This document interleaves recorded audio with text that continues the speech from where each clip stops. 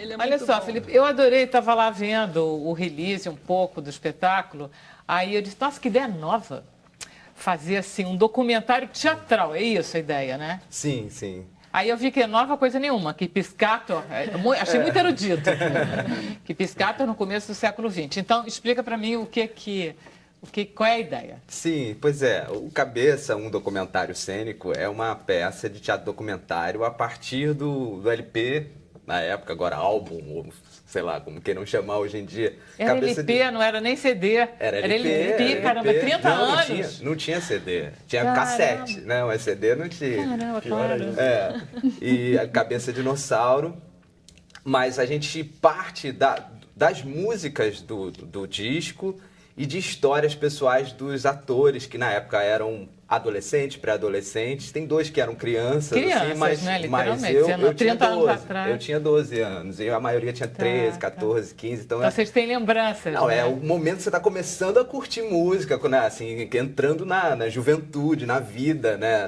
Na vida adulta, começando a pensar em coisas. Eu comecei a escutar música em 84, assim, e a gente escutava o rádio, tá, em 86, eu estava plenamente no Rock Brasil, assim, então já é muito emocional, assim. Mas essa ideia do documentário cênico, ela vem um pouco de que, agora, recentemente, acho que de uns 5 anos para cá, não sei detectar exatamente, o documentário, o teatro documentário tem tido uma força muito grande na América Latina.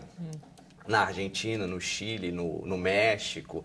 Tem muitas peças que retomam um pouco a história, principalmente a história ligada às ditaduras. E as pessoas, em poéticas diferentes e maneiras diferentes de encenar, elas fazem um teatro documentário, às vezes assim, alguém que, por exemplo, foi filho de... Tem um, por exemplo, muito famoso, que é uma peça da Lola Arias, que é uma encenadora argentina, também da minha geração, assim, tem, sei lá, 40 e poucos anos. Ela é maravilhosa. Maravilhosa, né? Eu já vi essa peça. Pois é, tem uma peça que chama Mi Vida Depois dela, que é com filhos de pessoas que sumiram ou eram envolvidas de alguma maneira no regime militar, assim, e filhos que... Aquela história que foram depois... né, eles se encontraram.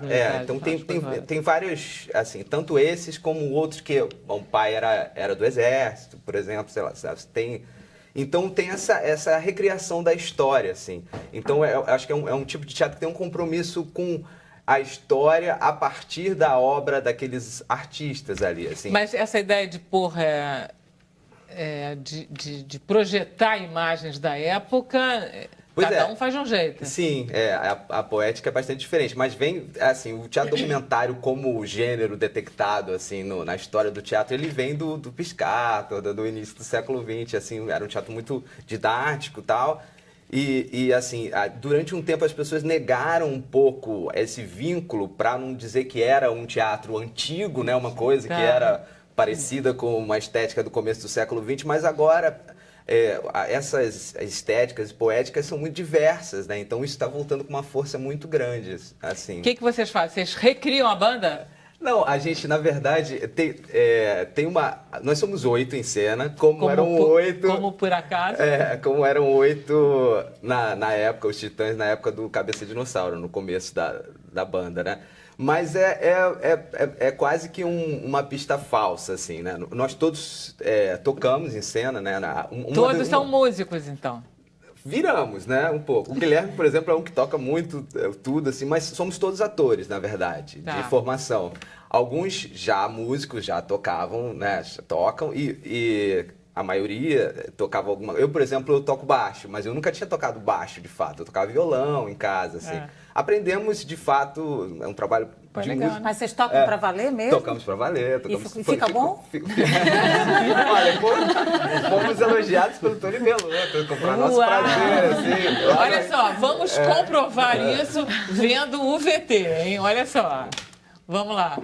Nós somos os filhos da revolução. Nós somos burgueses sem religião. Nós somos Flintstown e a favela da Maré. Nós somos selvagens. Nós somos gritos da multidão. Nós fomos às ruas com cheiro de gasolina e óleo diesel. Nós somos os caras que não mataram Joana Dark. Nós somos aqueles que não querem esperar a plebe ajoelhar, esperando a ajuda de Deus. Nós somos Nós somos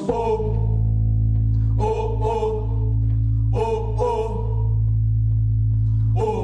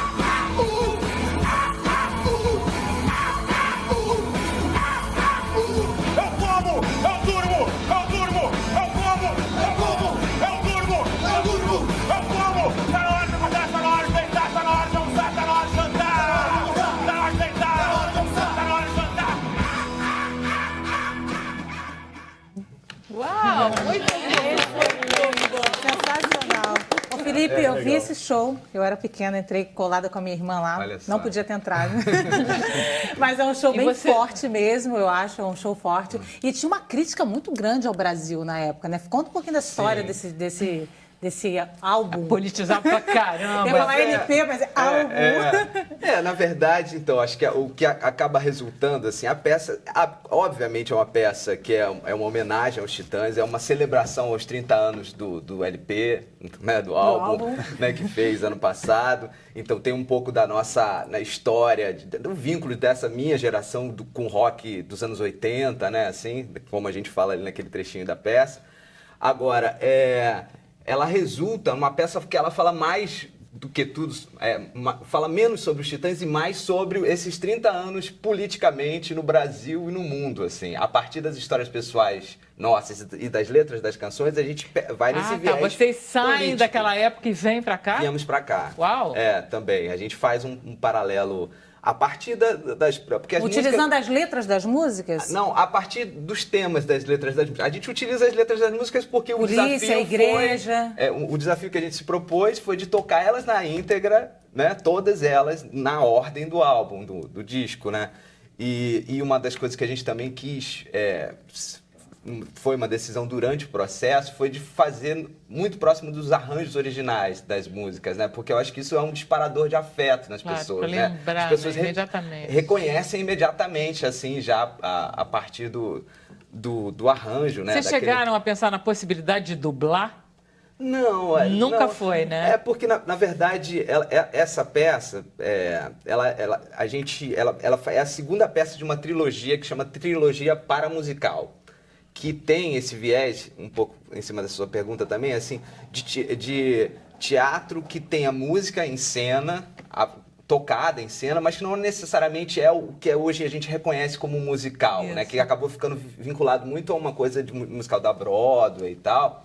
Então a gente quer resgatar esse viés político do musical, né? Que teve... Do show, né? Do show, a primeira peça que a gente fez foi o que chama, né? A gente tá em repertório ainda, estamos fazendo ela, chama Contra o Vento, um musical. Tropicália. Que era sobre a Tropicália e no contexto do Solar da Fossa. E aí, a inspiração estética era os musicais dos anos 60, 70, os musicais do Arena, do Opinião, sabe? Que eles eram musicais com músicas compostas especialmente para aqueles, né? Para as peças, né? Mas e com um viés político forte, assim. Então, no Cabeça, a gente continua com isso, assim, pensando, colocando o rock dos anos 80 nesse lugar de música de protesto, assim, questionando, será que é música de protesto ou não? Sabe, assim, a gente começa até a peça com isso, com entrevistas que a gente fez na rua com pessoas sobre música de protesto, o que você se lembra de 86, assim. Vocês gravaram na rua e puseram no espetáculo? Tem um off, assim, enquanto a gente monta o palco, assim. Mas esse álbum é totalmente música de protesto? Totalmente. E não, as músicas têm os títulos, né? Família, polícia, igreja, né? Estado, violência, né? É bem em cima das instituições. Eles escolheram, inclusive, tópicos, né? Para criticar, do que eles chamam de maus espíritos, né? O álbum, a inspiração é isso, né? Dos maus espíritos. Da primeira música, né? Que tem uma coisa que era do ritual lá. Eles contam umas histórias engraçadíssimas. Mas cá entre nós, Felipe, é muito mais bacana falar da própria geração do que uma geração que você não conhece. Você não é da Tropicália, sim, esse deve ter sido um certamente. O que a sensação que eu tenho é que da Tropicália é uma geração muito, assim, formadora da minha geração, né? Assim, musicalmente, do pensamento e tal. A gente queria muito falar daquilo e era quase uma homenagem ou prestando assim prestando contas o que essa geração nos deu. Agora, essa com certeza a gente está vestindo a camisa total. Olha só, eu sempre esqueço de perguntar a coisa fundamental, né? Onde está? Onde é? Que dia é? Aí depois você todo mundo desesperado. Não falei, pelo amor de Deus, agora vou fala. Falar logo. A gente está no Teatro Ipanema, que aliás é um prazer estar no Teatro Ipanema por vários motivos, né? Pela história do Teatro Ipanema dos anos 60, 70, né? Com Rubens Correia, com o Ivan de Albuquerque, com Hoje é Dia de Rock, né? A gente tá lá. E depois também o Teatro Ipanema, nos anos 80, teve muito show de rock dos anos 80 lá. Então tem um axé ali forte. E a gente está no Teatro Ipanema, sábados, domingos e segundas, sempre às 20 horas, até o dia 20 de março. Agora a gente para no Carnaval. Caramba, 20 de março agora. Temos que correr. A gente faz 3 semanas depois do Carnaval. Depois a gente volta já no dia 4, no dia do desfile das campeãs. Quem não gostar de samba pode ir lá. Espere no outro dia.